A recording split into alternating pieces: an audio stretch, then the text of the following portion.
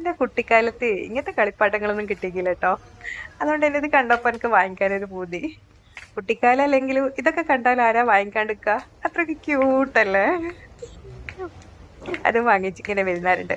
മറ്റുള്ളവർ ചോദിക്കുന്നേ എന്താ ഞങ്ങളെ കൂട്ടുന്നില്ലേന്ന്. വേണ്ട വേണ്ട, ഒരാള് മതി. അപ്പൊ റെഡ് കളർ കണ്ടപ്പോ അതൊരു ഭംഗി തോന്നി. നല്ല ഭംഗിയില്ലേ?